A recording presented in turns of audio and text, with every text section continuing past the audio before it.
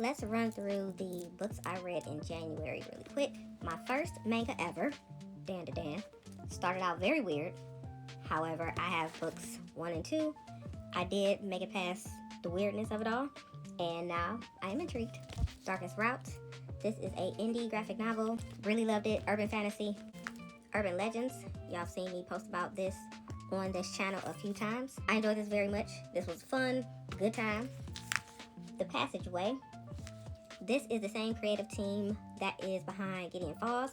If you know, you know. This is just as strange, illustrated just as beautifully, and it's just as captivating as Gideon Falls. O.C.T.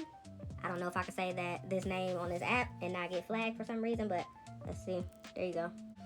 Rosario Dawson did have something to do with this, which is why she is the inspiration for the main character. It is a supernatural crime, psychological thriller. It was okay. November. This one was also okay.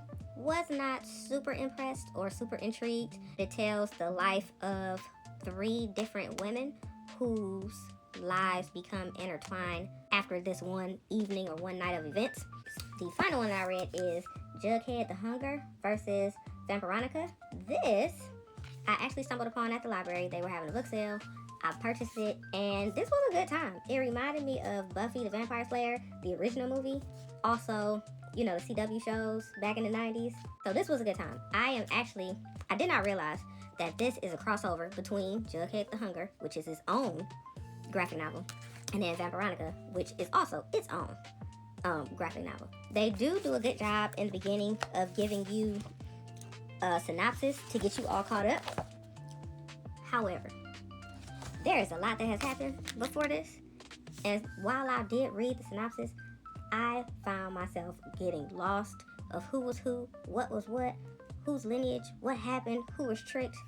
And so I am intrigued enough that if I can find these used, which I already have on Amazon, I am going to go back, start from the beginning in both of these, and then I might come back to the crossover so I can better understand what happened. But just reading this alone, I really enjoyed it.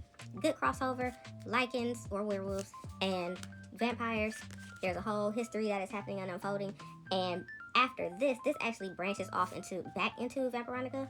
So there's a new storyline or new books that are coming out after this book here. So if you were a person who followed Vampironica, it's coming back. Not a graphic novel, but I did finish it in January, was Harry Potter's full cast Audible book.